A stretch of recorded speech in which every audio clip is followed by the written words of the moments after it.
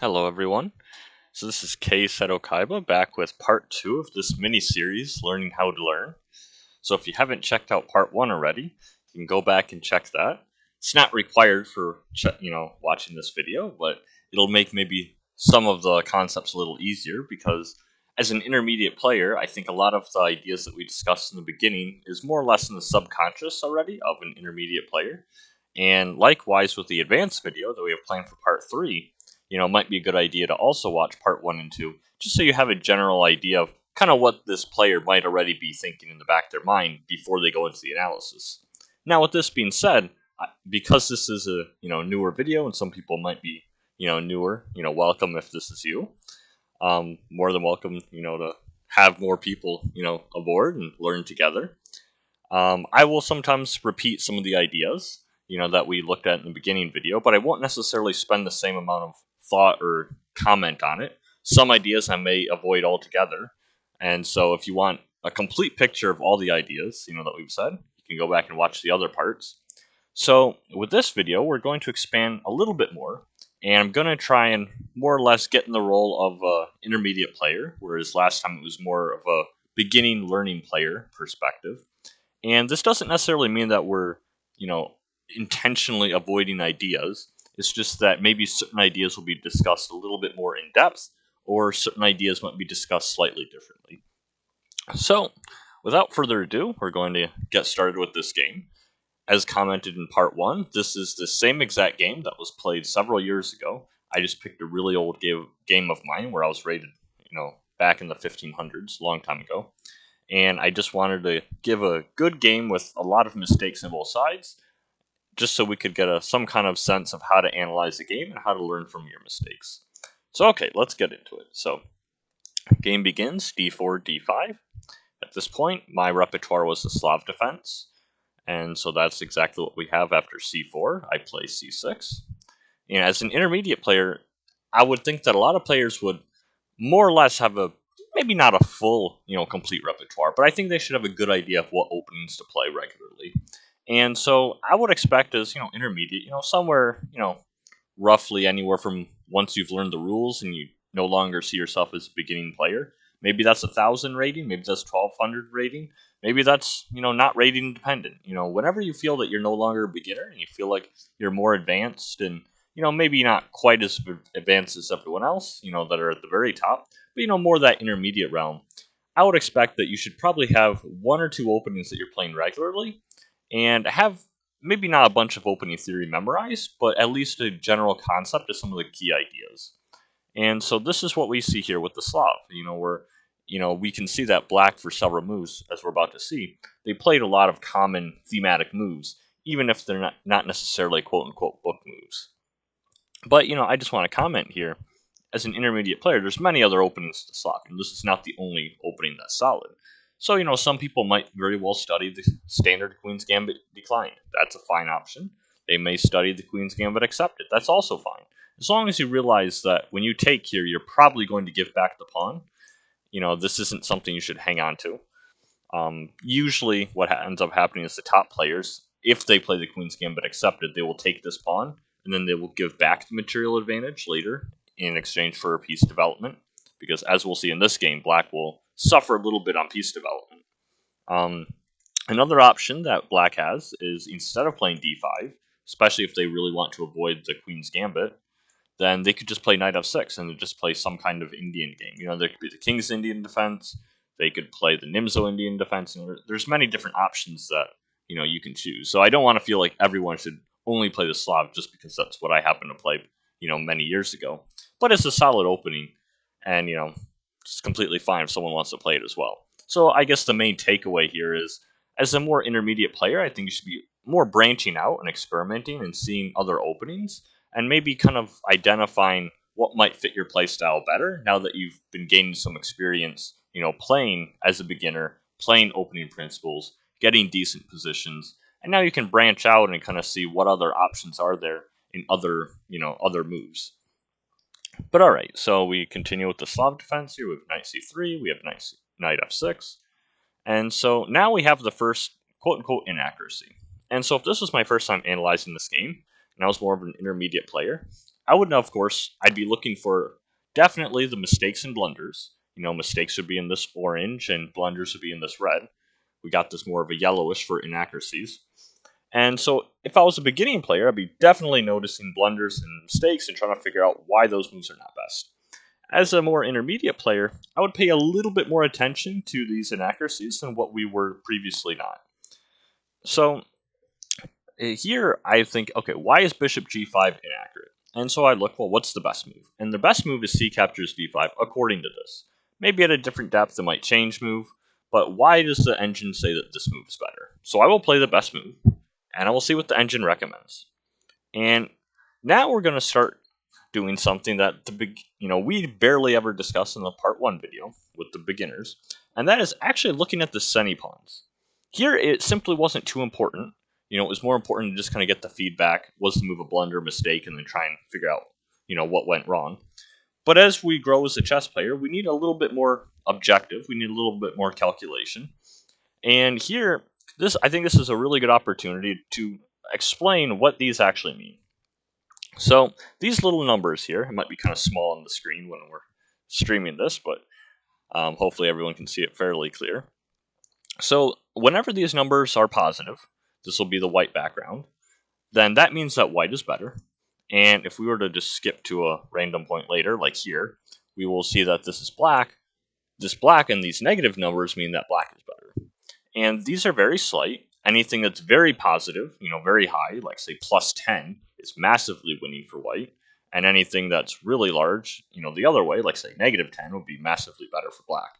So how you measure this here is, right here, this is out of 1/100ths. And these hundredths, the prefix centi, is where we get the term Centipawns. It literally means 1/100th of a pawn. And so if you have a full negative 1.00, that would be one full pawn, meaning that black would be up by roughly a pawn in material, position, everything combined to evaluate the position. So if we were to go back here on c captures d5, now at this lower depth for the engine, depth meaning how deep the engine is looking. So right now we're at depth 18. So the larger this number is, it just means the deeper the computer is looking into the future. We can see some of the moves here in these little diagrams. So here, if you were to follow this complete line all the way to the end of what this computer has calculated so far, it evaluates this position as plus 0.35. And that is the computer's way of saying that they think this exact position that we have on the board, this exact, c captures d5, now the move is for black. This position's ever so slightly better for white. And by ever so slightly, it is 35/100ths of a pawn. Now, this might sound obvious, but humans do not think in terms of hundredths of a pawn. Humans do something that computers cannot do. They look at, things like piece development. They look at things like king safety. They look at things like, opening principles, controlling the center. Things of developing pieces, things like getting castled early. All of these concepts that, unfortunately, we cannot teach a computer to do. And because computers do not have these reference points, they literally have to analyze every single position and then put a value to it. And so this is a computer's way of analyzing, which is vastly different from a human.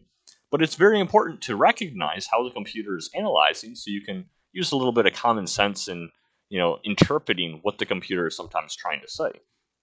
So I think a good way to look at this is, say, well, generally speaking, if anything is more than a pawn, like say here in this line, like instead of c cap, after c captures here, if I was to recapture with c captures d5 for black, it says that this would be 0.35, which is ever so slight, barely any difference. Whereas this line, knight captures d5, I was to capture this way.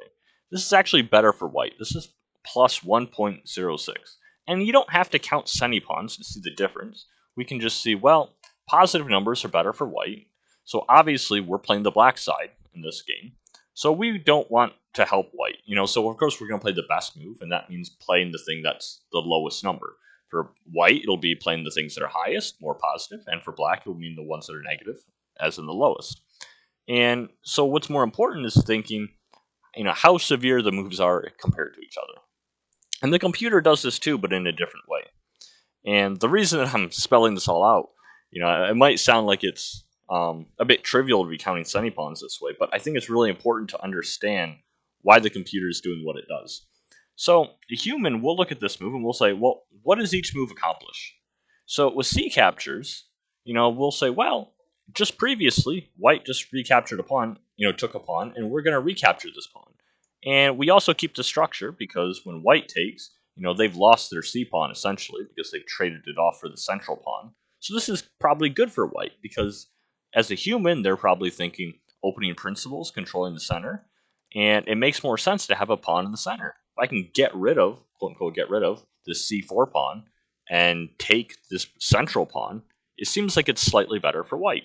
And similarly, for black, a human player is going to say, well, it makes sense to recapture with this side pawn, on the C file, and try and maintain hold in the center. Now, compare that to the human perspective of recapturing with the knight here. I can actually just put it on the board just for clarity.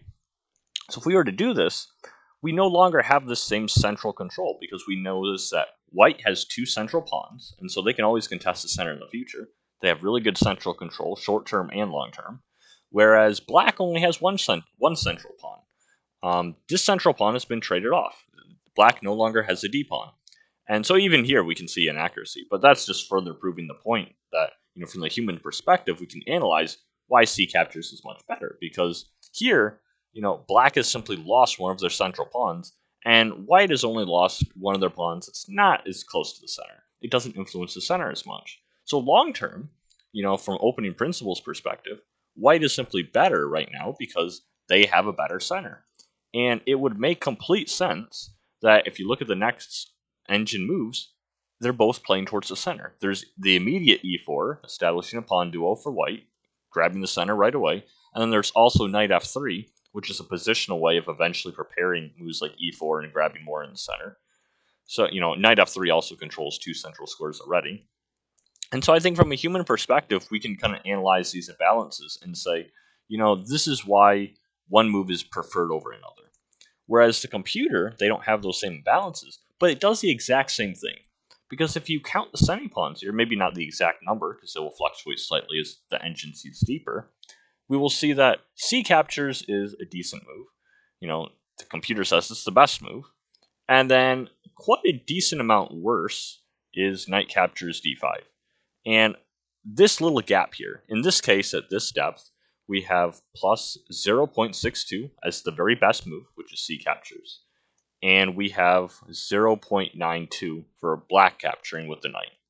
And so that's a difference of 30 centipawns, which means 30/100ths of a pawn. This is actually better for black. Now, 30/100ths is very, very small. If I was in a real game, I wouldn't even really feel confident commenting on something that wasn't more than an actual pawn. So, if it was like, one huge difference, like say, someone actually blunders a pawn or like something like this where it's plus 1.30.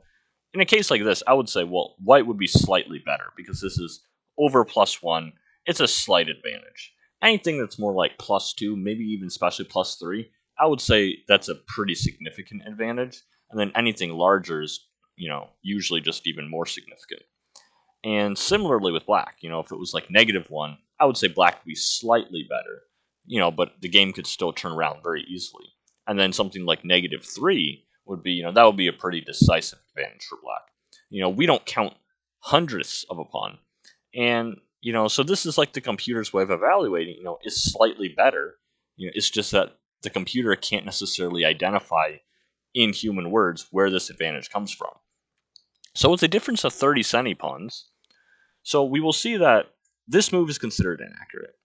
And the reason I'm spending so much time with this conversation of Centipawns is because computers, their definition of inaccuracy, this feedback, is whenever the engine recommends one move that is however many Centipawns worse than the best move. So the engine, it literally runs all of the possibilities it can calculate. It's looking at C captures d5, knight captures d5, looking at b5, it's looking at all these different lines. And it puts an evaluation at the end of them. So once it puts that evaluation, it figures out, well, what's the best move for this paper? And in this case, white's best move is C captures d5. Alright, so what's the second best move? And in this case, it's knight captures d5. And so the computer takes this evaluation and compares it to this one. And if the gap is large enough, they will consider that move inaccurate. In this case, I guess 30 centipawns was enough, and they said it was inaccurate.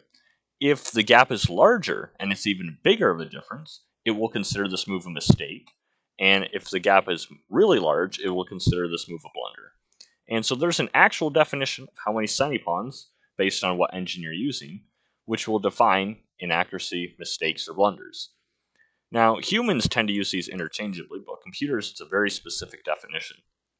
So, in all intensive purposes, an inaccuracy is a very, very small, difference. At a larger depth, as I've mentioned in the first video, it might even be a difference that becomes fairly insignificant, as that inaccuracy might literally go away. We saw that a little bit in part 1, so you can check that out if you haven't already. But the reason I spend this much more time on it, describing these definitions, is because here, this is an important element to understand how the computer considers an inaccuracy, because, and if the inaccuracy goes away in the future, you run it at a deeper depth and the computer changes its mind and says it's an okay move. If you're learning, you might be like, what's up with this? But if you understand how the computer is thinking, you'll realize, oh, well, they thought the two moves were, this much worse than another. And now that the engine is seeing a little deeper, it sees that the moves aren't as far apart as they thought. And so they'll correct the evaluation and change it, which is perfectly fine. As you see deeper into the line, you might see that one line is maybe better than you thought or worse than you thought. So with inaccuracies, it's very subtle, but it's more about understanding why you think the engine might be recommending a move. In this case, it had to do with opening principles. We simply want to recapture with the pawn and maintain our 2 pawns in the center if possible. Whereas with the knight, we're simply giving white too much control of the center. So if I was, in this game for the first time seeing this, and I was analyzing this game for black, I would see, okay, well, bishop g5, and it looks like, c captures is slightly better. Okay, now I know. Now, the other thing I would do is, because we check the best move, back here for white, see the best move for black. After bishop to g5, what is the best move? How can black sort of exploit this? If this is inaccurate, it must mean there's some reason that it's not as good. So what should black be doing here to exploit this, or to better take advantage of this? And we will see there's only one move that is negative here. So these two lines are both positive. This one just turned negative. And so this one is definitely the best move to somehow exploit this bishop move. And that is d capture c4. So that is what I played in the game, because of course this is still very early. This is still book moves. But the idea is, why is d captures c4 really that strong? What has black really gained here? And we can see, of course, there's the immediate material. It literally has just won a pawn. And with black, they really hope that they can keep this pawn. They really hope that if white develops either e3 or e4, trying to threaten this, pawn with their bishop, then black can try and hold on to this pawn with b5. And if they can secure this pawn and they get a playable position, they simply have extra material. And if there's no compensation for it, that means black is simply up a pawn. Now, this doesn't come without a cost. They might give up things like development in the short term. So black would have to, compensate and get back in their position. And if they can fully get compensation for it, then, white has nothing. So it's a very short-term thing. We're trying to get a pawn, and we're trying to think, short-term, we can fix our development. Maybe this bishop will go here, maybe the knight will get into the game.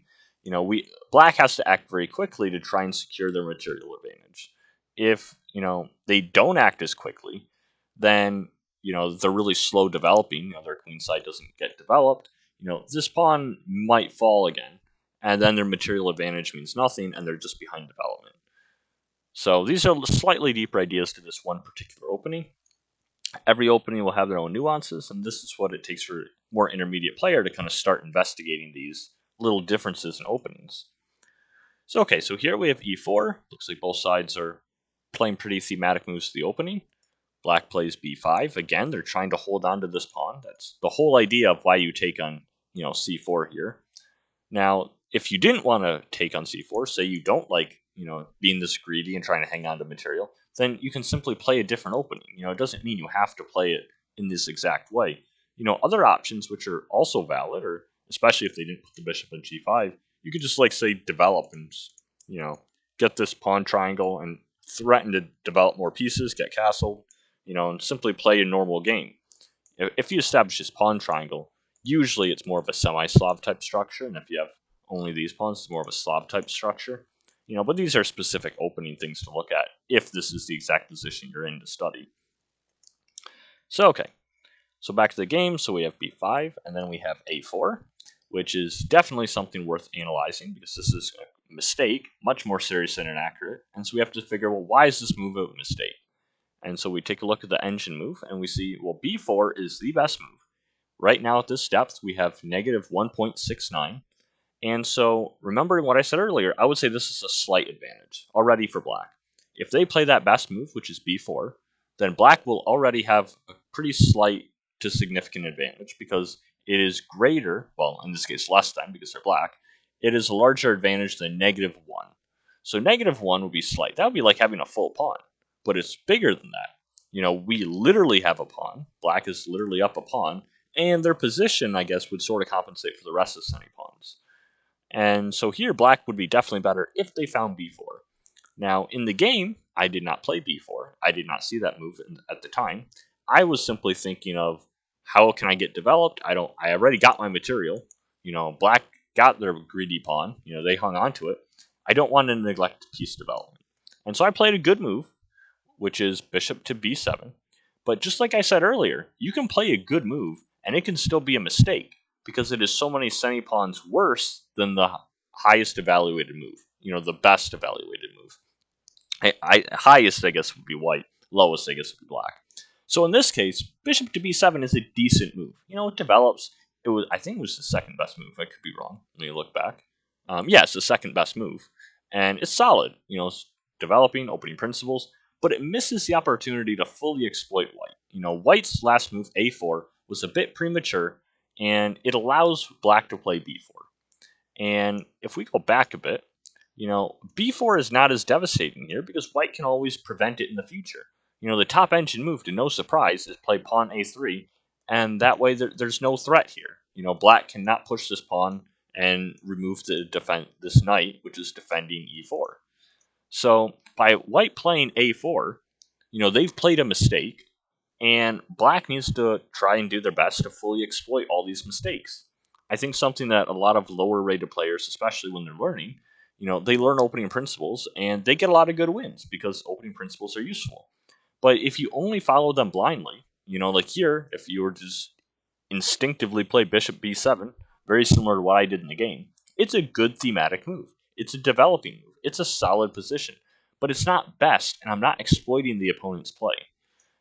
So one way to really take your game to the next level from that kind of beginner to intermediate realm is to really think about all of your opponent's moves and can I exploit them, either right away or long term.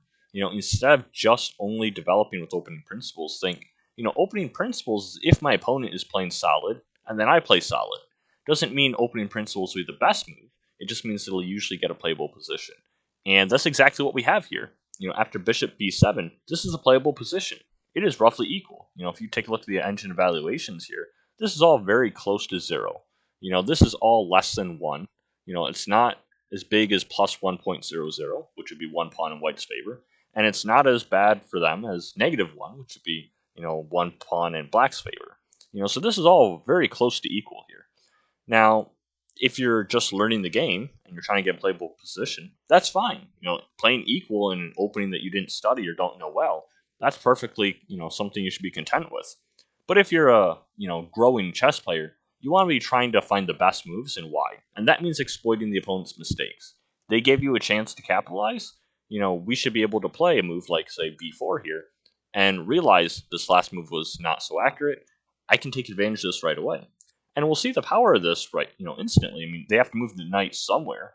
And already this pawn has lost the defender that was once guarding it. Black would simply win a second pawn.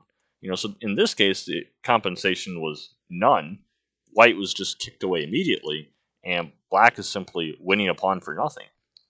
Sometimes it won't be that obvious, but b4 is a strong move that a normal player might have overlooked if they were just blindly playing opening principles or just trying to develop pieces like normally.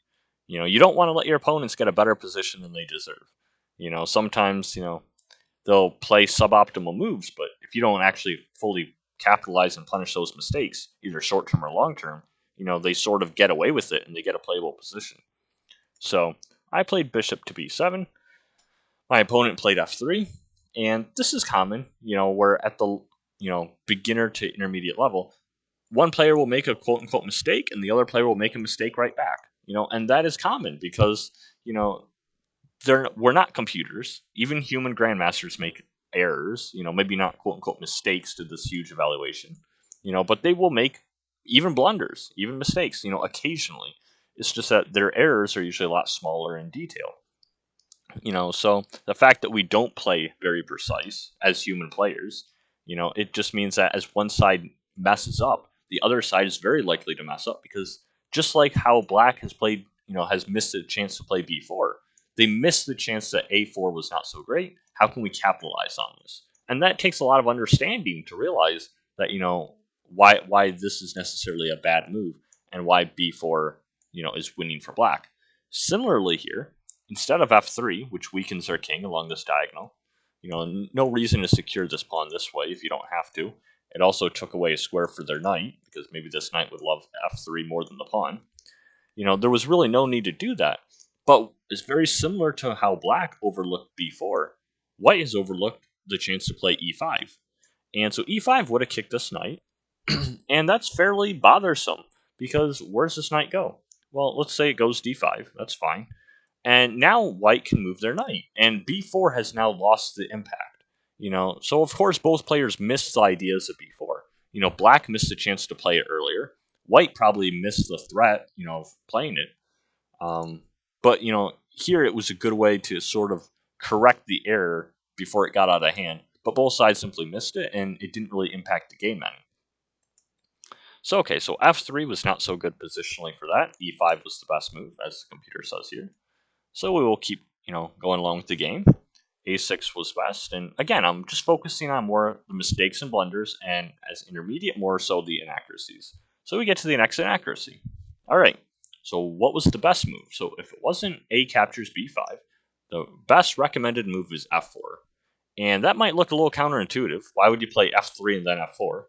And you'll see that, the computer didn't like f3 to begin with.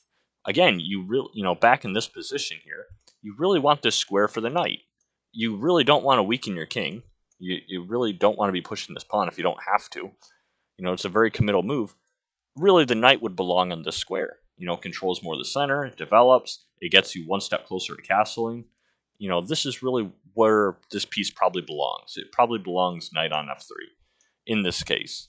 So, of course, when you block it with the pawn, and then black plays a move, the computer is saying, well, from this position, it's best to just clear the square and then put the knight behind it. Pawns can't go back.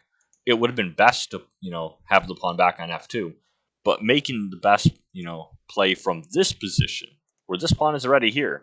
We've already pushed this. You can't go back in time. The computer's analyzing from this position. They say it's still good to just push this pawn.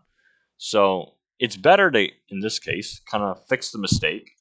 f3 was not so good. Blocks where the knight should go. You can kind of fix it by playing f4 and then putting it here. But of course, as we can tell, it would have been best to just not play the f-pawn at all. Just leave it on f2, and then you don't have to fix a mistake. You can just play knight f3 to begin with. So knight f3 would have been nice after f4, but instead they captured. This is fine. C captures was best. Of course, we didn't want to capture here, because if we capture here, we're giving them the chance to possibly trade rooks. Here. May or may not want that. That may or may not favor black. And then also, we're still keeping doubled pawns. And it's not maybe something we wouldn't really want long term. It's just simply better in this case to just recapture, undouble our pawns, have a nice pawn chain, and again, try and reinforce this pawn, because this is the extra, quote-unquote, extra pawn that black has sort of won. And if they can secure this and get fully developed, then, get these minor pieces into the game, get castled quickly, something along these lines, black will simply be up material. Now, for white, on the other hand, they have to act very quickly, and they have to play swiftly. They have to develop themselves, get their own king castled, and then maybe they can play against this pawn chain. Maybe they can get their material back. Maybe they can play a move like b3, try and undermine this pawn on c4. So these are some of the loose ideas for both sides. We have d5, which is a fine move, cutting down the scope of this bishop, also prevented the knight from developing to c6. We have queen c7, which is inaccurate, and so we should look at why is this inaccurate. And from an opening principle standpoint, I think it would be pretty easy for most players to understand that usually you want to be developing your pieces of less value first. This usually means developing your knights and developing your bishops. And then later you can maybe get the queen off the back rank, connecting the rooks and get castled. But here, queen c7 is an okay move, but we don't know if the queen actually belongs on c7. It might belong on b6. That actually looks really good because this diagonal is completely open, because black has exposed their king because of the pawn to f3 move.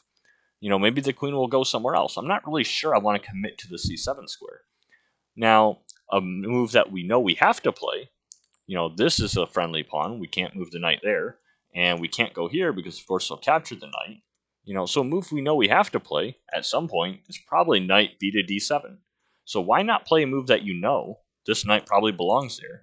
Play that first. It's also a piece of lesser value. And I can wait on playing queen c7. I don't have to play that right away. Maybe I'll find a better spot for the queen in the future. And if not, then I can just go back to c7 anyway. So from opening principles, I think it's easy to understand why queen c7 is maybe slightly inaccurate. But let's say we weren't familiar with this idea, or we weren't thinking opening principles in the moment. So queen c7 is inaccurate, and I will see, well, what's the best move according to the engine here? And top two moves are queen b6 and knight b to d7. And now it's saying h6 is better. As it's evaluating deeper, the engine is slightly shifting its opinion.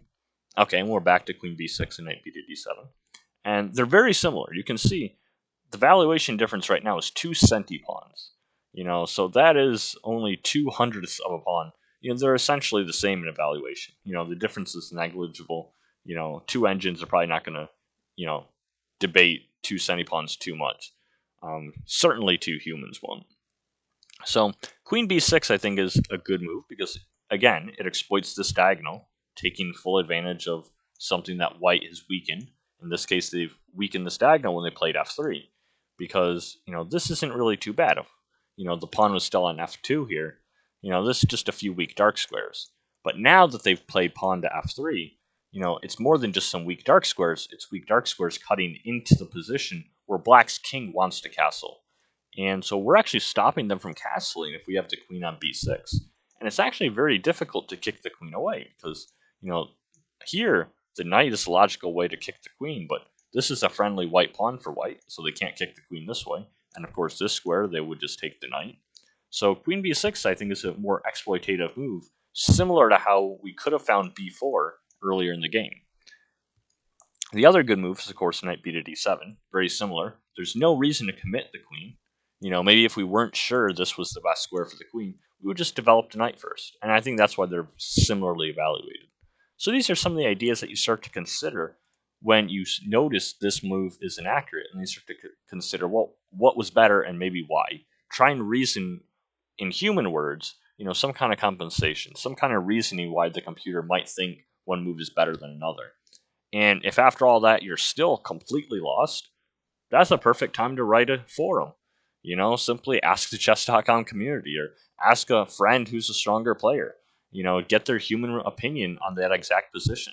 And there's a lot of value to be said. And, if you're confused, just ask for help.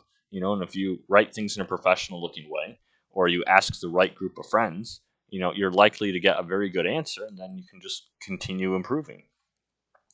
Okay, so the next we have queen d2, which is also a mistake. And so this is more significant than inaccuracy. So let's see. So why would this move be a mistake? And we see negative 3.11. So remember I said anything larger than negative 3 is a pretty big advantage for black. And anything higher than plus 3 is a pretty big advantage for white. Most players can convert being up over 3 physical points of material. That's a pretty big, at least convert some advantage. Maybe they won't convert the game necessarily, based on their rating and how tough the opponent plays. Maybe they'll blunder back, who knows. But from an advantage perspective, I think pretty much every chess player would recognize, 3 points is a lot. They can usually see what the advantage here is. And so if this is negative 3.11, then what is black's huge advantage here? And we can, we'll see by the best engine move, e6, it's actually fairly clear. Black is getting really well developed. White is still very far from castling. From opening principles, they still have to get these two pieces out of the way and get castled. That's at least 3 moves. And what's worse is if this queen was on b6, they actually would have a lot of trouble castling because the king would castle to g1. And so they might even take more moves trying to kick the queen away first to make castling even possible.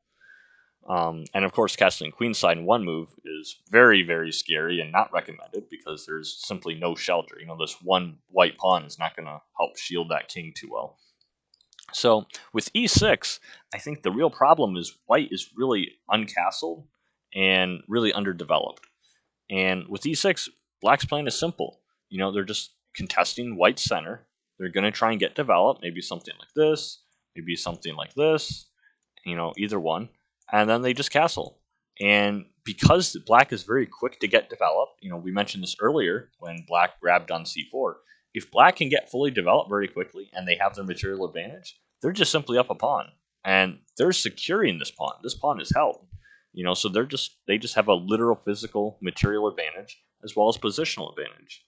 Now, why is this move, quote unquote, a mistake? Because I think they're not really taking the time out to either contest this pawn, which is the one pawn that literally black has, the one literal advantage, and it also does nothing to help develop. So I think playable alternatives would have been like, try and move, this knight out. Maybe something like here, get the bishop out, get castled. It takes a few moves, but at least you're getting castled soon. I think another option was to play a move like b3 and go after this pawn. Because here, this is not really the best pawn for white. This is a very strong pawn chain. This is an isolated pawn. It makes sense. Why not offer to trade this off? And if black does something like keeps developing, which is fine, maybe in the future we'll just play b captures c4. And so, here, this is actually what the top engine move looks like. It'd be like b captures, and here black is engines even recommend you just play e6, and get fully developed.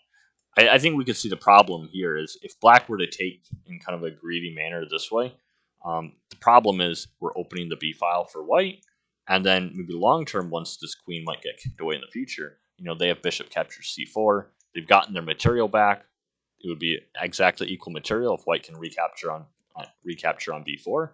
And then we notice like black has like no pawn chain. There was no support here. And black's position would be collapsing. They would have no material advantage. They would have everything more or less restored. The position would be probably equal again. So this basically b3 is a way to try and equalize, try and tear down that one pawn advantage that black literally had. So the two options I think really for white are play b3 and try and undermine this pawn, or just play opening principles and get developed. Maybe knight here, bishop out, and then get castled. And very subtle point, but the reason I choose to go with this knight is because, unfortunately, where does this bishop go? This bishop can't go here. This pawn is very imposing. And if we put the bishop here, then maybe this square for the knight is a bit odd on the edge of the board. I think it's a little better to invest one move, play here, one extra move, and then your knight is a little more active. Maybe it can come to f5. But it's a subtle point. If you only wanted to castle really quickly, maybe this is even shorter. But maybe your knight is a little inactive on this side of the board, and it still has trouble coming to this square because the queen is eyeing f4. It's defended by the bishop now, but that bishop may or may not be there in the future. So, okay, so small little nuances and why I'd prefer that, but either b3 or developing should be the idea. So they played queen d2, that's fine. Not great, but it's what they played. And so here we have the first quote-unquote blunder of the game. So this is significant. Black had a big advantage.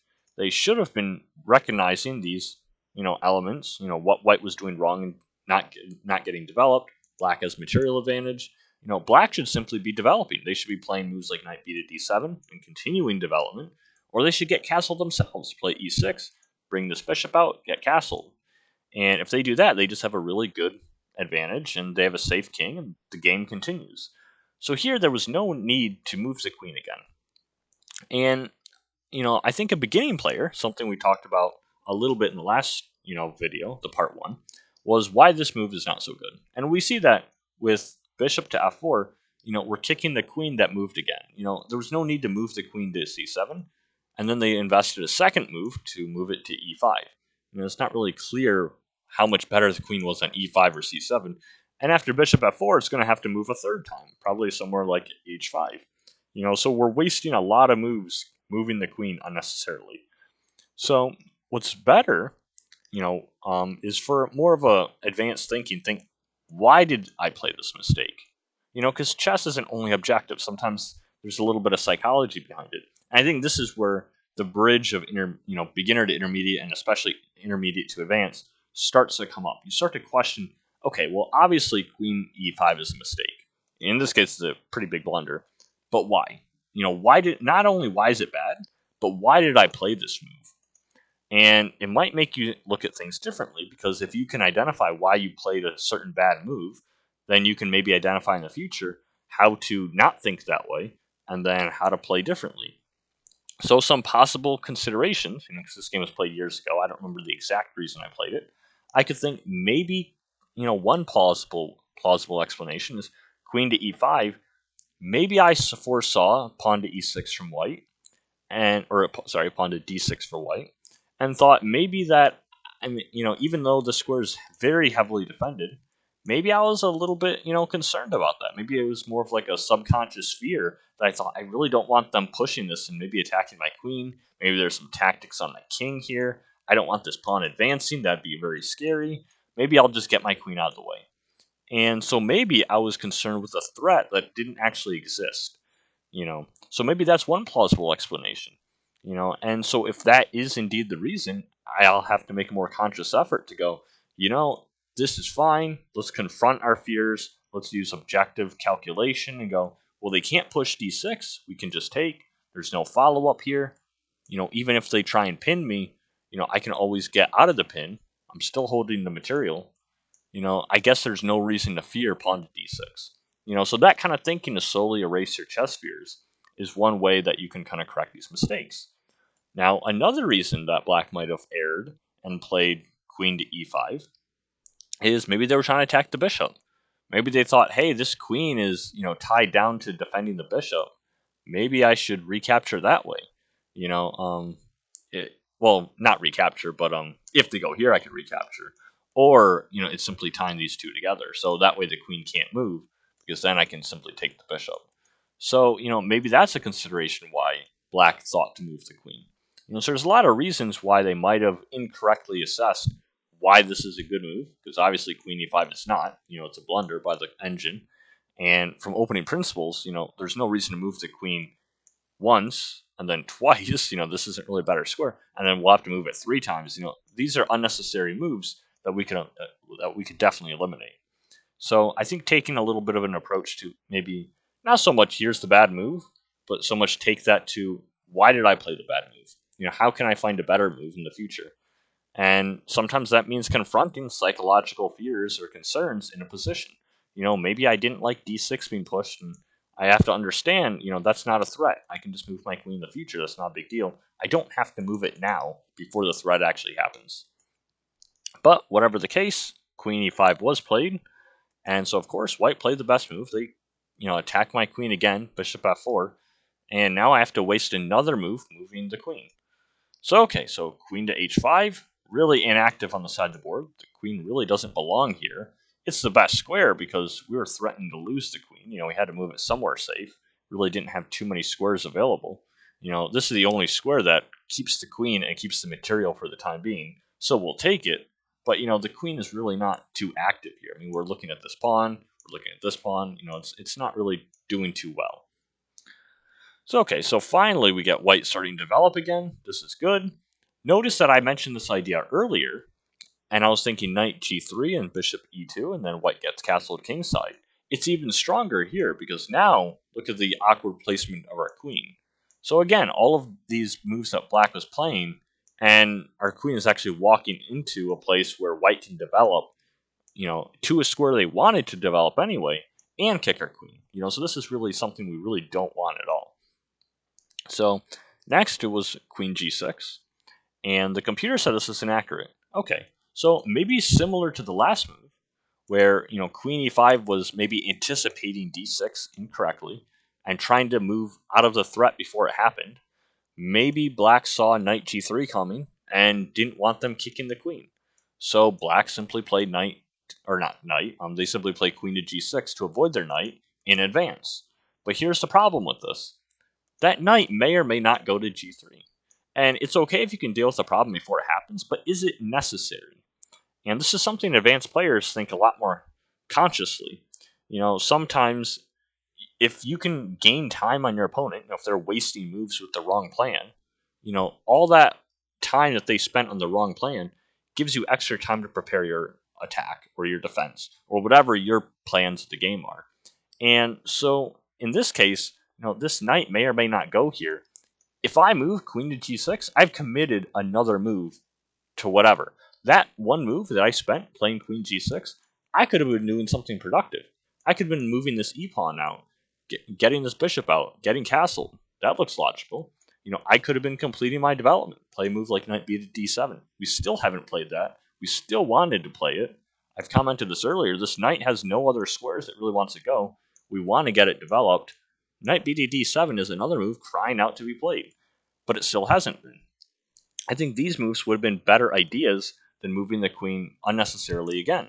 Now, if they kick our queen, they've wasted one move, quote unquote wasted, more like invested, one move to improve their knight and attack our queen. Then, of course, we can move. And then it's sort of one for one, but moving it in advance here, there's no reason to move this unnecessarily early.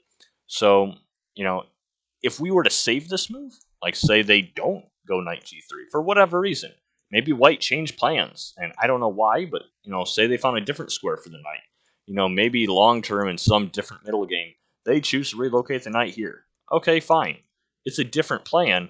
Well, that means that by not moving this queen here, black has actually saved a move because they waited for white to actually play the threat. In this case, they saved one extra move. And maybe that means the difference between developing this knight and not. And maybe long term that compounds, and that's the difference between getting castled or not. And on a very extreme scale, maybe that's the difference between winning the game or not. So these small little details can actually compound over the course of the game. But whatever the case, queen g6 was played. We've already moved the queen 4 times. 1, 2, 3, 4. This is something that was not talked about too much in the beginner video, but it's worth noting in this one. And so here we see the best move was e5. And so we have to look at, well, that was inaccurate here. So why is e5 so much better? And then it becomes very clear shortly after, this is actually very good developing because we wanted to develop this bishop. We were looking at e6 earlier, and e6 or e5, they both move the pawn out of the way of e7. We get the bishop into the game, one of these squares here. Doesn't really matter too much which, depends on where white's pieces are. And then black gets castled. And so with e5, the idea is it's coming with a threat. It's coming with time. Because they have to react to this bishop. They either move the bishop somewhere, which again, invest a move, and then we can develop ours, and we're one step closer to castling. And if they play en passant instead, we can actually play this, that is also one move that they're investing. And black will simply recapture. And it may not look ideal that, this diagonal is weak here, but it is also an escape for the queen. That is a possibility. The queen is pretty inactive here. It was fairly close to getting trapped, if we weren't careful. Knight g3 coming was a possibility. So some of these ideas are possibilities to maybe justify this. If we were to look at this here, I think bringing the queen back to f7, maybe c5, I think either of these are probably okay, especially if black were to get castled. Just bring this bishop out somewhere, get castled. I think these are possible ideas in the future. So e5 comes with a very serious threat. It gives white something they must react to while black develops. But okay, queen g6 was played instead. And now we have knight g3, which is a normal move. It's a winning move, because it's trying to get castled. So why is the advantage now for black, and why is this quote-unquote a mistake? And so remember, whenever computers call something a mistake, it just means it was a certain number of Centipawns worse than the best move. And so we have to ask, well, what was the best move? Because this is a normal developing move. And the best move was this, knight captures b5, which is very strange looking. And so if you've never seen this before, you'd be like, well, what was different about this? What changed in the position that made this possible? And if you check the computer line, you'll see the problem for black was this is tactically winning because we have this recapture. We trade rooks. And now that the rook was defending this knight and it's been traded off, now they can capture our knight on b8. And so at the end of this, white is actually won a pawn because black was up a pawn. Material is now equal. And so they've taken this pawn on b5 and then they traded everything else off. They've equalized material. And so tactically, we can look at this and go, okay, well, that's why it was a mistake. But I think positionally, as more intermediate player, I think you should be looking at not only was this, winning because of a tactic, but it was also winning because we still neglected to develop this knight. This knight never moved on b8. We are on move 12 here. Queen g6 was move 12. That was 12 opportunities that black had. They should have been developing. They should have gotten this knight into play. This is literally the only square this knight could have developed safely to. We should have played this at some point, during these 12 moves. And this is pretty early in the game. We're still in quote-unquote the opening stage, I would say. But how many moves has black actually spent developing? And let's take a look. Let's go back to the very start. This is a move. Okay, that's a pawn move. And maybe it could help develop the bishop, but it's not a developing move per se. This is all opening stuff. This is fine. Okay, knight f6, that's 1. So that's 1 developing move. Okay, good. So that's fine. And we're only looking for our side more so here. We secure the pawn, kept our material advantage. That's good.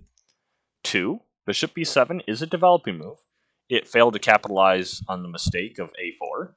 We could have played b4 and taken an immediate win, grabbing another pawn, but okay, fine. Nevertheless, bishop b7 is still a developing move. So that's 2. Then we go a6, securing our pawn. We have queen c7, which is 3. It's not the best developing move. Again, knight b to d7 was stronger, but it is a developing move. The queen is developed now. It's off the back rank, so that's 3 times, 3 different times that black is developed. We're on move 9, that's 3 moves. Then we played queen e5, which is not developing. This queen was already developed. There was no reason to move it again. They kick our queen. We have to move it. And then they play knight to e2, g to e2, and then we move the queen again. So we can count that on move 12 here, black has only spent 3 moves developing, and we can actually count 1, 2, 3, 4 moves we're moving the queen. Now, I realize there's an overlap here because, queen c7 was developing and it moved the queen, moved the queen. So, maybe you could say 3 of those queen moves are wasted, 1, 2, 3, or maybe unnecessary. If you had left the queen on c7, you wouldn't have had to do that, or if you didn't move it at all, even if the queen is still on d8, that'd be literally 4 moves that you could have saved. With 4 moves, look at the position. We could be like knight b to d7, that's 1. We could be like 2, 3, 4, we're castled, So the game could be very different if black had learned to utilize their developing moves differently and save time, in this case by moving the queen unnecessarily. But if they could have saved time doing other things, like, say, developing, maybe controlling the center, getting castled early, they might not have gotten into this position that walked into this tactic. In this case, after this position here, it was simply better, that white had this tactic and they could have capitalized if they had seen it. Okay, fine. Black fell for a tactic. It just came up in the position. It's easy to just say, oh, we overlooked a tactic, fine, go on to the next thing. But on a little deeper analysis, intermediate and advanced level, you have to really look at that, and it didn't just appear out of nowhere. This tactic doesn't just magically poof, it's on the board. It came up because one side didn't do something. In this case, positionally, the problem was actually maybe connected to their lack of development. Black wasted a lot of time. They should have been developing this knight, and because they've waited too long, they've allowed, something like this to become an option in the future. So that's, another little detail, looking for mistakes and trying to improve. So we have bishop e2 now, again trying to get castled. This is fine. This is inaccurate because rook d1, this rook probably belongs on d1. The queen is already here, which was not the best square for the queen. But, rook and queen, since the queen is already here, it will help support this d-pawn advancing. And, this is the only open file on the board if that d-pawn, gets traded off. So if this pawn was traded off, there's no d-pawn on the board, this entire file will be open. It makes sense to have a queen and rook on the only open file. So this is a just good developing move for that reason. But I think bishop e2 is also similarly good. It says inaccurate, but I wouldn't doubt if it was the second best move. Let's see what the engine says here. No, it's not the second best. So they say rook to d1 and knight f5 were good. So okay, so knight f5, improving the knight. Again, the queen has moved. So that looks okay too. That this knight is improving to a better square. It makes sense. I'm just curious because black wanted to play e6. What would happen if they played knight f5 and then we play e6? What is the tactic here? Are they somehow getting into maybe this square? Okay, it looks like they are. They're trading here, and then they give this knight check. Okay, so they're really exposing the position here, and if we trade, we have this, and I guess this is close to equal, but I mean, I'm really starting to like white a lot. Black has this isolated pawn they have to worry about, and more importantly, they're going to have a lot of trouble castling because this queen is cutting off their options for castling. So, I mean, even though the position might only be close to equal, I think white is doing really well, really capitalizing black's lack of development and getting black's king stuck in the center. So maybe knight f5 was connected to that because, again, black didn't develop when they should have been. So maybe that was a bit more of an exploiting move. And, me being curious about this, thinking logically and going through, well, e6 was wanted to play by black for a while. How does knight f5 walk into that and then allow e6? How is this still good for white? And so then you simply type it in, see what the engine best moves were, and then you kind of evaluate from there. And the reason this is important is because you're going to have so many questions as an analyzing, chess player who's, getting better and better at their chess. And you have to have these questions answered. It is so powerful to just use the computer, work with it, and try and figure out why is it trying to claim these moves are better than others. And if you can get your questions answered, it's so useful to be able to get instant feedback, or pretty instant, pretty close to instant feedback on whatever questions you have. So in this case, like my question was, why is e6, we wanted to play that anyway, why would the knight want to walk into this? And I guess the answer is because at the end of the line, it exploits black's open king. So okay, and taking these little tidbits of knowledge, the future games, they add up over time. And next thing you know, these ideas are in your subconscious. So knight c5 was an improving move, which is okay. But it was probably better to, again, move the e-pawn, get the bishop into the game. Maybe here, if this knight was not in c5, then maybe even bishop to c5. And then get castled. Black is still not castled. I would love to get castled as black here. White actually castles, and positionally that would normally be great, and would continue on with the game. But unfortunately here, there's a very immediate tactic, which was found in the game, and that is knight b3. Forking these two pieces. And when we're analyzing, sometimes we can use the psychology both ways, and we can go, well, why did white miss this? And, knight c5, we literally just moved the knight, that was here. If we were to go back a bit, why would black move the knight? Okay, fine, it's got a purpose. And then they move it again. Okay, this is fairly strange. They have other developing moves they could be playing. They could be trying to get castled. So I think from white, there should be almost alarm bells going off. Like, not huge, but like, what is black planning? What is their idea? And I think if they had considered, black's rerouting of their knight to the b3 square, it would have been very easy to see this fork. But simply, white was ignoring black's plans, and white was simply thinking opening principles development. And, if we go back and we look at it from white's perspective here, the last few moves were good developing moves. They played knight g to e2, probably thinking, I need a castle kingside. Good. They got their knight out. Good improvement move. Bishop e2, let's get castled kingside. And then they did it. And it's good that they followed through with the plan, but this whole time, I think they were more or less oblivious to what black was doing. Sometimes people get kind of caught up in their head, and they only focus on themselves. And you have to be aware what your opponent is doing, because in this case, I was making knight moves the whole time, and castling allowed this fork.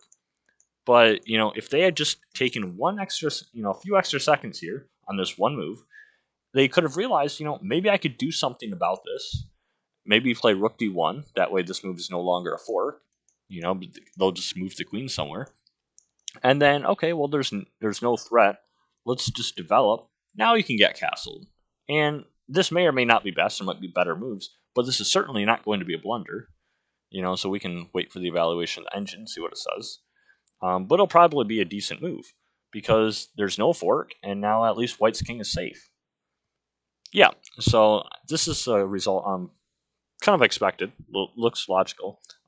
Yeah, I kind of figured there'd be something slightly stronger, like e5, expanding the center. But yeah, castling strong, very strong move. Not the best move, but you get a playable position. I think white is a lot better than they were. Yeah, e5 was close to equalizing already. So, all right. So yeah, white should have considered what black's ideas were. And if they had done that, they probably would have been better shaped than they were, but they didn't. They lose immediate material. Okay, so now queen e3. And this is an interesting moment, because I'm sure they were thinking, well, I'll just move the queen somewhere. They're going to take on a1, and then we'll lose the exchange. But this is an important moment, because, black wants to get developed, and they got to find a spot for this bishop, and then they got to get castled. And so for the player playing black, it should be pretty straightforward to think, what's a good spot for this bishop? And because of the placement of the queen and king, this is a common thing where you really don't want this in a line, because then the bishop on that diagonal very well might pin this queen to the king, especially because f3 was played. f3 was a very weak move they played early in the game, and this might be one way that they might pay for it, if we could get a bishop anywhere on this diagonal. And so very shortly, how can you get a bishop to that diagonal? I mean, this move is, pretty close to coming up. So I'm sure that's why queen to e3 is a blunder here. And if we were to, go further into the game here, we would see that b5 is the best move by a long shot. And so what does e5 do? Well, e5 is threatening to get the bishop to c5, but it's doing so by creating two threats at once. So the threat is bishop to c5, pinning the queen and the king, and the other threat is simply pawn takes bishop. And so by playing e5, they must react to the bishop, and then they get, the queen pinned, or they must react to the queen, and then they lose the bishop. So they're really in bad shape either way. But they didn't have to get to this bad position to begin with. Maybe if they didn't push the f3 pawn, if this pawn was still on f2, if they hadn't played f3 earlier in the game, they would have a nice castled position. Their queen is safe, and they would just move the queen back somewhere. So it wouldn't really be nearly as big of a deal. If this pawn was still on f2 and we got the bishop here at c5 somehow, just queen f3. Just move the queen, no big deal. So yeah, there's a lot of ways that white could have prevented this, but unfortunately they did walk into it. And black, of course, just wanted to get the material. That was the whole point of this fork. Take it before, you give them a chance to move the rook. But if they had looked a little bit further, they could have found maybe this pawn to e5, saw the tactic here, and maybe that would have been better. I'll just put it on the board just so everyone sees it. E5, and then you have to move this bishop somewhere. You have to worry about this queen somewhere. If you go en passant to take, it doesn't matter. The bishop still comes here. And, this is a very big problem for white. Black is already crushing here. And if they do nothing about this, they move the queen somewhere, then they're going to lose this bishop. So, okay, so that was the tactic, but black missed it. They take this instead. Still winning material, that's fine. White recaptures. And now we have e6. Another blunder, another important moment of the game. Black has neglected development the whole way. And now they're trying to develop. They're trying to play e6, get their bishop out somewhere, and get castled. So what could possibly be wrong with this? It's better late than never. Well, the problem is black has a lot of weak squares here. Because they've neglected development, and all these pawns are on light squares, there's a lot of weak dark squares, namely this diagonal here. And it's weak for white and black. It's weak for white because, we could get like bishop or something on this diagonal, black is a lot of pressure on white's king. And it's also weak for black because these pawns here, they're all controlling light squares. These pawns attack diagonally. They're looking at light squares. What's exactly attacking the dark squares? Or what's protecting the dark squares? Really nothing. Especially these. If white could get a piece to infiltrate, it could be very, very strong. And so when we play e6, unfortunately, we're cutting off a defender here. And white has the option of playing queen to b6. And now they're attacking our bishop on b7. This queen is getting dangerously active in black's position. And so without, I'm sure black wasn't thinking this at the time. They didn't realize the danger of the dark squares. So as you grow as a chess player, you're going to start evaluating weaknesses differently. And if you had started considering things of the weak color complexes, which again is a slightly more advanced topic, then you would have noticed knight b to d7, the move we wanted to play a long time ago, is actually helping to support this because these are weak squares. It makes sense to just develop the knight we wanted to develop, and now we're controlling some of these weaknesses. We're trying to patch and fix, these weaknesses in our camp by controlling some of our weak squares. And this keeps the queen out. There's no way for them to infiltrate. I think black is actually really good here because black is up by 3 points of material. They've won a lot of material during this game. We won the pawn on c4, and then we won the exchange by taking on a1. So if black can just get castled soon, they have a good position. Let's just get castled safely. As long as white doesn't have any kind of counterplay, the game will be over very quickly because black is simply up by a ton of material here. However, the problem is black wasn't thinking that way. They were just thinking, let's get developed, let's get castled, let's try and consolidate, we'll be in good shape. But they overlooked the opponent's counterplay.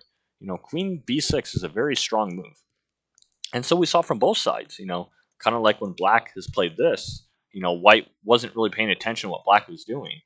The same thing happened here, where both players are neglecting some of the other opponent ideas. And sometimes that's difficult to do, sometimes hard to find your opponent's ideas. But as you analyze more often, you have to be looking for ideas on both sides.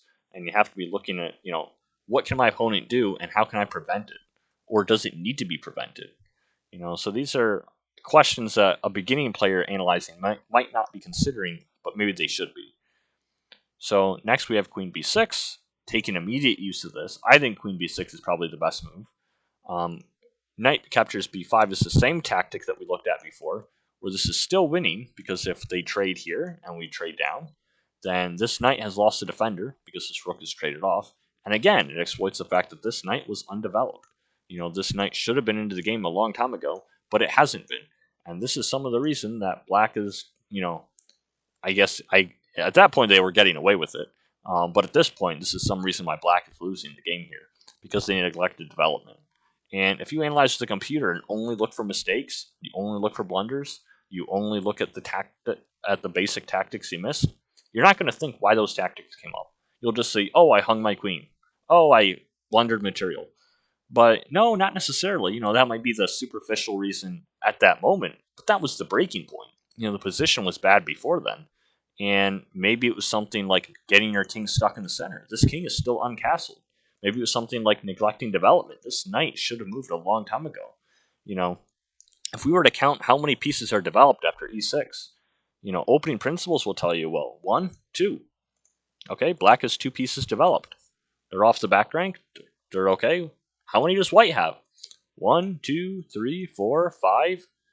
Maybe you could argue that this rook isn't really developed, but maybe you could. It is decently placed. And certainly this king is castled. Usually castling for opening principles, you count the king castled as one developed piece. So I'd count the king. So, here white has 1, 2, 3, 4, 5, 6 pieces developed. Black has 2. Not there. Black has 2.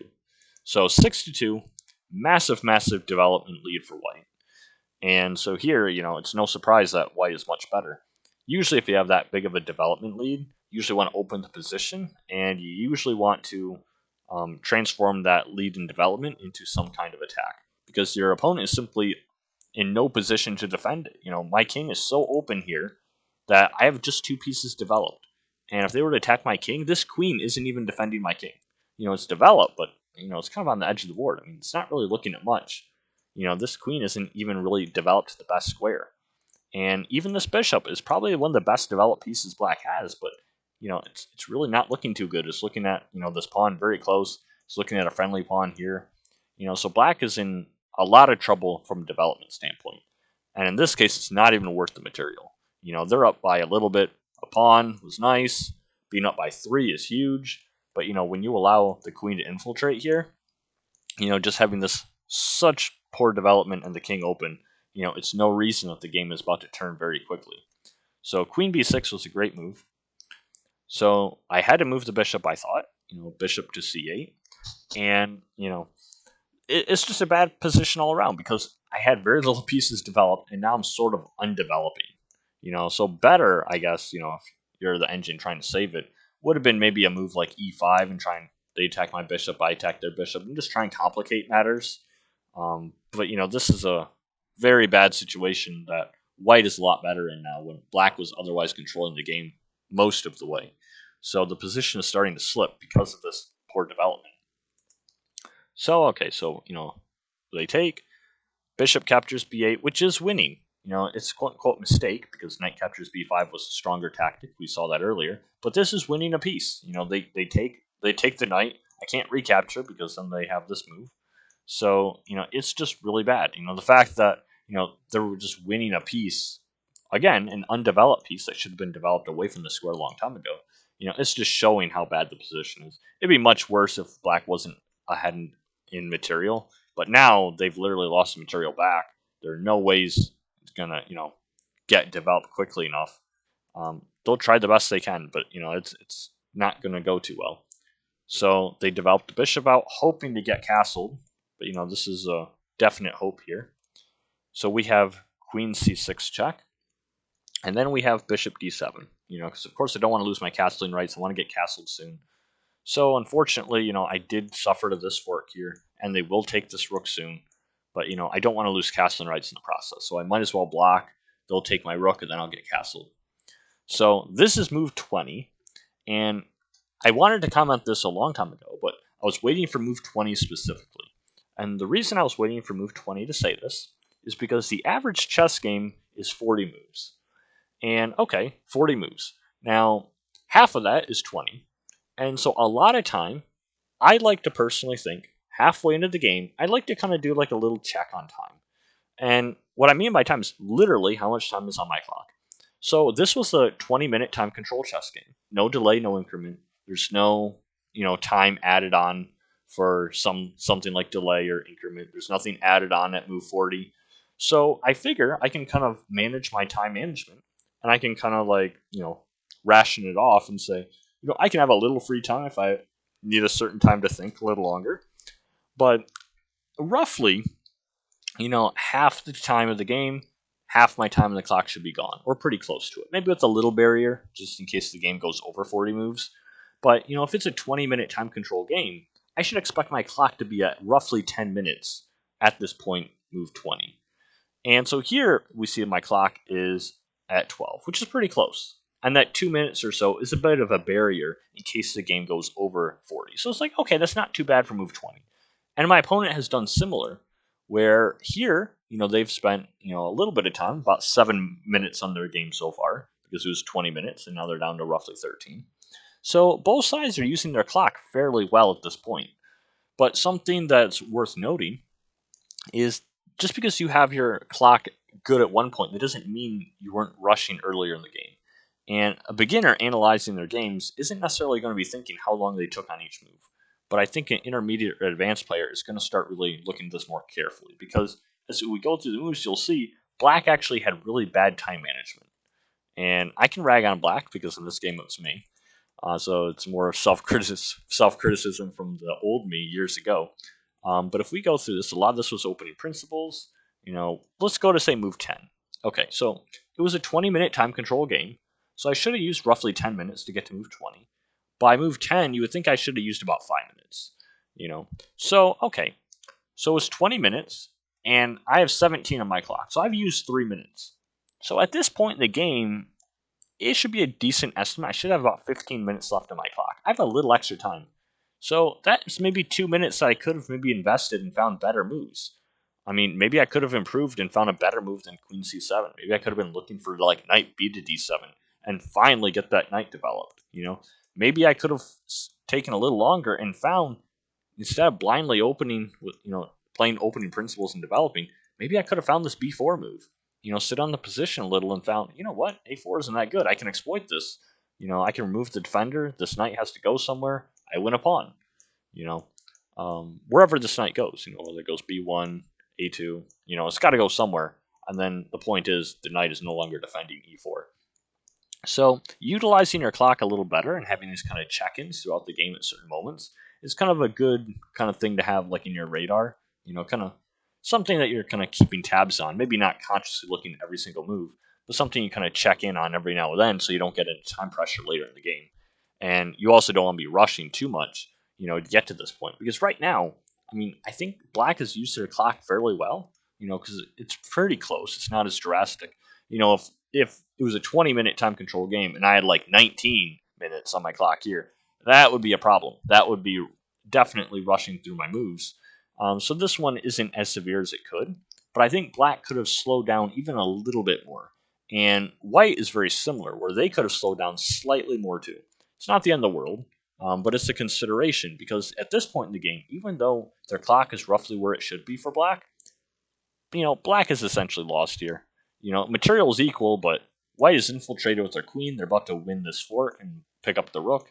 White is much, much better. And maybe maybe black could have utilized their time a little bit better earlier in the game. At this point, even though the clock says roughly the moves match, this game will not last to 40 moves. This king is unfortunately in not so good shape. And so kind of adapting how much time you use based on how you think the game is going to turn out is something that I think a lot of players do more or less subconsciously when they get to a higher level. Because for me, if I see the game potentially going to an end game and I think, this is probably going to be a long grind game, this is going to be something that's probably going to be many moves, and it's going to be a slow thing, especially if there's no increment or delay, I will start moving slightly faster in the middle game, recognizing the game is going to go longer than 40 moves. I want a little extra time on my clock. And similarly, if I have a really good attack, and we're on like move 10, and their king is out in the open, and I think I'm going to exploit them, I can afford to use a little bit more time and carefully calculate through my attack just to make sure that it works. Because, I don't want to, rush through that, blow the opportunity of, some missed checkmating net or something. And then because I was rushing, we just get into some middle game later, and then the game continues. You don't have to, ration your time that way without adapting, because the game, if you checkmate them, isn't going to last to move 40. So you can afford to spend a little longer on your moves. So adapting to the time control is something I wanted to mention a while. But I specifically waited to getting to move 20 here to comment on this because it's halfway through the game. So that was another detail that beginning players might not think of as actively when they're analyzing, but it's something useful that they could be doing in the future. So white takes my rook. Black castles. At least their king is safe now. They're down by 5, but maybe they can get something. They can try and hang on and see. Queen b7, just getting their queen out of the pin. Makes sense. Bishop c8. I had to move the bishop somewhere because they were attacking it looks like, but it's not fun. Moving the bishop back to the back rank again, it feels like we're almost underdeveloping again. I know it's more or less forced in this case because there wasn't really too many places to go. But, really black would love to get all of their pieces active, especially when they're down by 5. You really want active counterplay. Something as drastic as 5 points, you want like an attack on their king.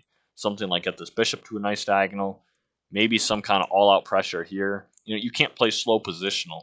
You're really going to have to go for their king, because if you play positional, maybe you can compensate for like 1 pawn, maybe something less than 3. But when you're down by 5, you're probably going for some crazy complications and winning their queen, or maybe you're going after like a king hunt. If neither of those work, unfortunately, you're probably just losing the game. White's probably going to trade down. You're going to reach an end game, and that's if your king isn't checkmated. If you don't get checkmated, it's just going to be a slow end game where you're down material. So you have to play very actively because you're down by so much. So we have queen b6. We have bishop back to d7 again. This is shuffling back and forth.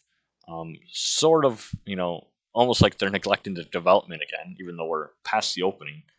We need more active ways to get our pieces into play. We don't want to be shuffling back and forth, trying to find an opening here. So there's bishop d6. Again, just like I was saying, this forces a trade of material. I didn't comment this as heavily in the beginner video, but this is a good move for white because they're threatening the rook, and the only way that black can really stop this is by taking the bishop. And, when we have this trade here, white, all that's happened is white has succeeded in trading off the bishops. They've traded more material. And when white is up material already, they want to trade down. They want to reach an endgame. And so as black, I deliberately avoided this. I thought, you know what, I really don't want to be trading down. I want to stay active. I'll just ignore it and try and get my rook here, even at the cost of giving up this bishop. I think in a practical sense, I don't know if it was best. Maybe it was still best to trade bishops. But, in a practical sense, it's not going to matter too much because you're down by so much material. What's 5 points versus 8? You're down by a lot. You want to have the rest of your pieces active. I just don't see black's counterplay in this case. Maybe if they had like a knight here, maybe they could get something like a mating net this way, somehow removing the knight, like something like this. But it's very, very difficult. White is simply a lot better here. I think even resigning is a, possibility at this point. It's pretty bad. Especially went downhill after black played e6. They neglected development most of the game, and then it was just once this was cut off and white infiltrated, it was really done. That was a pretty big blunder. But okay, so as the game continues, bishop takes, and we get queen g5, queen d6, e captures d5, knight captures d5, bringing a knight into the game. As white, this is exactly what they want to do. They're ready up material. They've traded down. Maybe they can bring more pieces into the attack. Start bringing more pieces to the king. They can afford to. They're up by a lot. Bishop e6. And then they played this knight fork, forking the king and rook. Don't really want to lose more material. Don't want to sacrifice my queen for the knight. So, it's pretty bad. If they win the exchange here, it's going to be pretty bad, but, it's even worse because here, there's this checkmate idea. So it's not even about the material. It's, there's no way to really save the material and the king. It's resignable. I resigned at this point in the game. And so black lost the game. And if you went through all the little, points in the game, the critical moments, the little things, from inaccuracies to the larger things like mistakes and blunders, you get a good tactical check. It's a good, here's what I did wrong, here's what I missed in the moment. But that's not why black lost the game. Black did not lose the game because they missed one thing that lost material. And so this is what more intermediate player does a little more often. They try and identify why certain moves were played, why the mindset was flawed, and then learn how to correct that. So, some key moments looking back after the game, if I was an intermediate player, I would say, A4 was a big moment. I missed B4. I was too stuck in opening principles. They're very helpful. You get playable positions, but opening principles do not necessarily capitalize on the opponent's mistakes. So you have to adapt, and if the opponent does something a little unconventional like A4, you have to be able to find moves to exploit that, like B4, kicking the knight, winning more material, little things like this, black could have improved on. So opening principles are good, but not taken when it's only blindly taken. Then black again, they continued the game, it was fine. Black, slight moment, they could have developed the knight. Not a huge deal, but they're neglecting one chance to develop the knight. All right. Now they're wasting a bunch of moves on the queen unnecessarily. That's again time this knight could have been developing on b8. They could have been getting castled. They're neglecting their development way too much. They're only one pawn up. They should be finding ways to get their pieces into the game, maintain that one pawn lead, and then just play a game from there where they're up by a slight material advantage. They really don't want to waste time undeveloped their king in the center. It's just way, way too risky. Certainly not worth the pawn here. It's no surprise white is better objectively by the plus evaluation. You can see by all the lines by the computer, all those are white, meaning white is better. So, all right, so here, again, there was this tactic that was overlooked. But again, this tactic in knight captures b5 only really existed because this knight is still undeveloped on b8. At the end of that sequence, white had bishop captures b8, but if this knight was on d7, they wouldn't have this. Knight captures b5 wouldn't even be a tactic possible. So again, black has neglected development too far, and so that wasn't good. Here, for example, a good moment, why not just develop this knight? Of course you could play b6 and try and get your bishop into the game and get castled, fine. But even if you were to get this knight into the game, at least then maybe this knight could go here and you have the exact same idea you had earlier as what happened in the game, except this knight is getting developed. Whereas in this position here, when we went back as in the actual game, knight f to d7, it's taking away this square from this b8 knight. Now the b8 knight cannot go to d7. It can't go to c6. It can't go to a6. It's really ignorant to their own positional deficit. It's like they have so many opportunities to get developed, so many opportunities to continue the game, and it should be painful looking back, if you look at an old game of yours, because you should be able to see moves that you didn't understand, and you should be able to see how much you've improved as a player. But until that point comes, where you're a stronger player looking back, you're not going to see this in the short term. When I play this move, I'm sure I didn't think twice about knight f to d7. And you will continue to miss this if you don't analyze these further and try and think, why is this move not best? It's neglecting development. You'll start to see patterns. And there's been many moves in this game where we saw this knight could have been developed, but it didn't. So the game continued. We got lucky that the opponent wasn't looking at our ideas, and so we win material. Again, we had this opportunity to win even more material, but okay, we overlooked it. And so now we finally try and get developed. And unfortunately, now white infiltrates, and our lack of development just kills us. This knight should have been developed. This bishop is now, it's developed, but now once the queen comes to b6, it's now a target. They're just going to attack the bishop. This king is still uncastled because we've wasted so many moves with the queen. Weren't developing consistently. And after that, it's basically over. White is much better here. We can see that, here it's roughly +3 if we look at the engine lines. And again, +3 is a pretty decisive advantage in most cases. Here white is definitely better. I think most players would recognize that. Despite the fact that if you look at material, black is actually up 3 points in material. But according to the engine, it's +3. That's almost like white is like 6 points better than it looks, because not only does white have compensation for the 3 points they're down, but they actually have a +3, positional advantage. So this is really terrible for black here. It's the material is very, very short term. They're going to lose that. And here we actually see the material drop immediately. Here's, they lost that. And then they play this fork. And there wasn't really much black could do about it. Their position's just, in a bad spot to begin with.